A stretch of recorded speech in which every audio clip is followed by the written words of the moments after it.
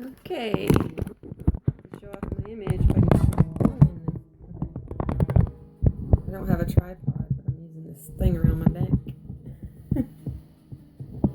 Okay, this is the systems I make. This is the controller, and there's the Pi, if you can see it right there, plugged up, charging cable, and this is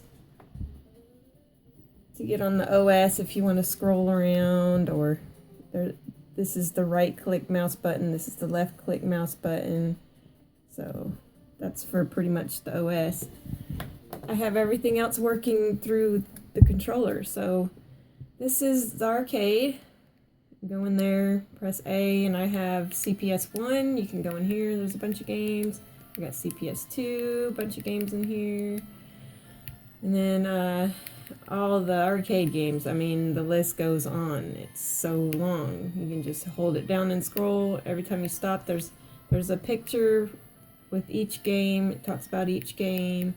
And if you want to fast forward, like say you want to go to the Z's, or, or whatever letter, J's, or let's try S's. So you press, not that button, hold on. You press the select button and you change the letter up there, see?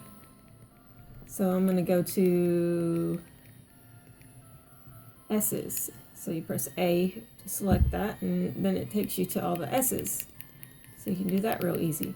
If for some reason you don't like a game, or you find a game that's broken, you just press select, and then you go to edit this game's metadata. You press A on that to select it, and then you go down here, and then you press delete. I'm not going to do that because I don't want to delete that game. But, okay. So we got 2,319 arcade games. So this is where your last played, so everything you last played will be in here. And then your favorites, I put a bunch of ones that I like in here, but you can take them out if you want. All you have to do is hold down the Y button and it'll remove them. Or like say you want to put a favorite in there, like you want to go over here to arcade and you like this game, so you press Y on it and it'll actually move it over to the favorites. So that's pretty cool. And then all games, there's 10,312 games on this image. So, and then the collections, we got the Aliens collections. These are all the Aliens games out of every system on here. That's how the collections work. So these are cartoon classics. I put like, Addams Family and Jimmy Neutron, any like TV cartoon classics, I put in here. And then Castlevania collections, all the Castlevanias ever that came out right here. And then Contra, all the Contras. I have all the Disney, like anything Disney related. Donkey Kong, all the Donkey Kongs, all the Dragon Ball Z games, all the Final Fantasies, all the Frogger games, all the Mario. I'm just going to go through the list. All the Mega Man, all the Metal Slug, Metroid, Mortal Kombat. This is the NES Mini that just came out. This is all the games that are on that system. There's not very many, But, and this is Pac-Man, Pokemon. This is the Super NES that just came out, the Mini, and these are all the games that are on that system. And then you got Sonic, Street Fighter, superhero games. Superhero games, I put like Batman, Superman, anything to do with superheroes is in this collection.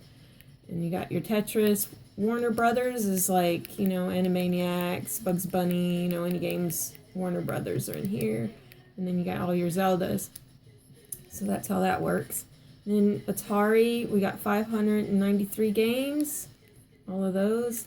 Everything on this image has pictures that go along with each game. So 57 games in Atari 7800, Atari Lynx, 76 games. Game & Watch. Okay, Game & Watch is really cool. I'll click on the game so you can see. It goes into it.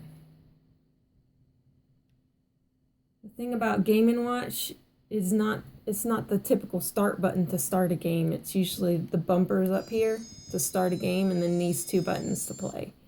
Okay, I'm gonna get out of here. Let's see, we got Vectrex. These are like really old style games.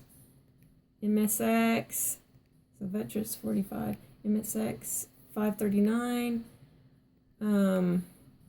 62 Sega SG 1000. Also on this list, I have like the oldest to newest type. You know, I organized it. So then we got the Sega Master System 317, Sega Genesis 1086. The reason why is because I have Mega Drive Japan, the Japanese Genesis games in here. And then I got Genesis hacks. These are the hacked games. You know, most of these won't have pictures with them because they're hacked games. So, you know, hopefully you guys can see the screen. My phone keeps dropping. Okay, and then then you got your regular Genesis games. So that's why there's so many. Sega CD got 40 games. Got Game Gear 255. 32X. Sega 32X is 32 in there. Dreamcast 13. With Dreamcast, I'm not sure, but I set up the controller for one person. There's not many games in here, but I'm pretty sure you could try playing 2-player, but I mostly set it up for 1 player, you know. But we got Nintendo 864, and same thing with Nintendo. I got Family Disk System in here, and with Family Disk System, when it says switch to side B, you want to hit these a couple times, and then it'll switch it to side B, and then you can play the game. You know, that's just how these games are, but not all of them are like that, but some of them are. And then you got your NES hacks. These are the hacked games. And then you got your regular NES.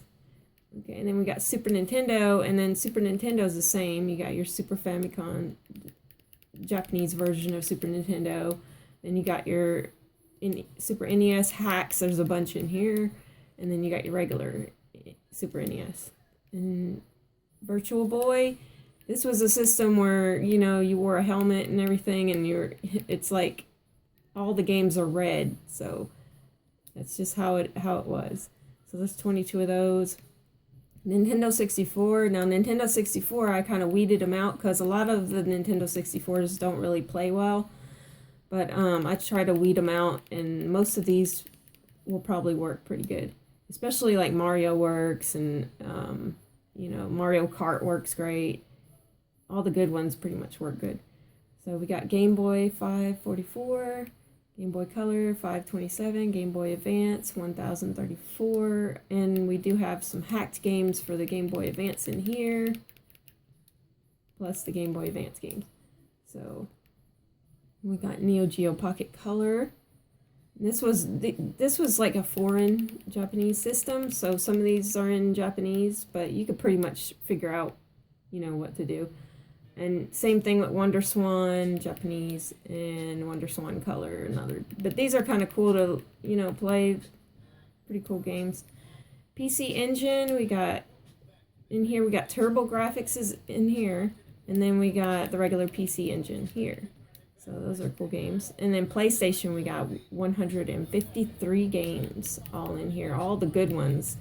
Like, when I had a PlayStation 1, like, these are the games that I really like. So got Crash, got let's see, Frogger, Gran Turismo. This was one of my favorite games, Legacy of Kain. We got Medieval, Mega Man, all the Mega Mans, we got Metal Gear, Mortal Kombat, Oddworld, Rayman. Where was Rayman? Yeah, there's Rayman. Resident Evil, all the Resident Evils. Spider-Man. Oh, this one was my favorite, Spider-Man 2. All the Spyros. Yeah, just all the good ones, you know? Yeah, Wild 9 was a good game too. And then we got the PSP's 130 PSP games, and we got PSP hacks. There's a really cool game right here. The top one, Fly Foo. You've got to play that. That's so good. But yeah, some of these are just, you know, really cool to check out. And then you got your regular PSP games, and most of these run pretty well. You know, sometimes you might have audio issues or something, you know, but for the most part, most of them do work. So that's a lot right there. And then you got your ports. This is your desktop. You can go in here and, you know, like I said, you use the other controller with the mouse pad on it, you know, down there. And then you know, if you exit, just like you do on a regular computer. And then you got Kodi, you know, you go in there. If you ever want to exit Kodi, you press there's like on the left side, there's like an exit. So you exit the system that way. And you got Doom. These are computer games, you know, so they're meant to be played with mouse and keyboard, but they are set up to be played with the controller, so you don't have to worry. And your config. This is where you go to set up any Bluetooth controllers if you want to add. I wouldn't mess with that too much, though, unless you really know what you're doing. Your Wi-Fi, if you want to set up your Wi-Fi, you just go to the bottom right here and click on it and then put in your information. That's pretty much what you want to do in this menu. Just set up your Wi-Fi. Okay, anything else? Oh, if you want to exit a system, you press start and select at the same time. Any system, you just press start and select. If anything happens, any weird screen shows up or anything, just press start and select. So it'll take you right back to the main menu right here, and you can go back into the game. Like sometimes the PSP games, sometimes they might boot you out. It's you know, it just depends. It's rare, but it can happen. So if that happens, you just go right back into the game. You know, sometimes it's just when it first starts up or something. But yeah, and let me think here. I think that's about it. Start and select to get out. If you want to, okay, I'm going to shut off the system right now. So you want to press select, or not select, press start. And then you want to, oh, let me see if I can show you anything in here. No, I think I have everything set. I have everything set up. You don't have to worry. So you want to quit the system, press A to enter, you know, quit. And then you can restart just the emulation station. You can quit emulation station. You can restart system, or you can shut down. So I'm going to restart system so you can see what it looks like when my image restarts. Because every time you start it, it will show you a different, like, image on the screen, you know. And some of them are commercials from back in the 80s. Some of them are just splash screens set up by different gamers and everything that I liked. Here's one that's set up by a gamer, you know. It's just really cool. RetroPie. But yeah, every time you turn it on, it'll be different. There's like a bunch of them in there, so it's kind of cool.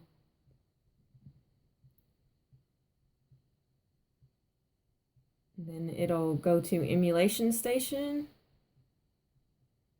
Oh, also, when you first turn on the controller, like I'll show you here in a minute, you'll hear the music going, and that means, you know, right now the music will start going. I don't know if you guys can hear the music, but I had it turned down so you can hear me.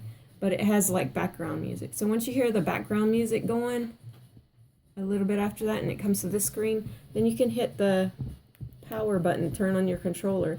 Now sometimes the controllers, it takes a few times for it to sync like that. So you have to keep hitting the button here and there, you know, until it finally syncs up. That means when one light stays lit, that means it syncs up. So then you're ready and you can scroll. But I'm done here, so let me quit. And I'm going to shut down system. Yes. And then a thing about the Pi is you'll see a light. See that blinking greenish yellow light? Once that light goes off, if you don't have it set up to a switch, like a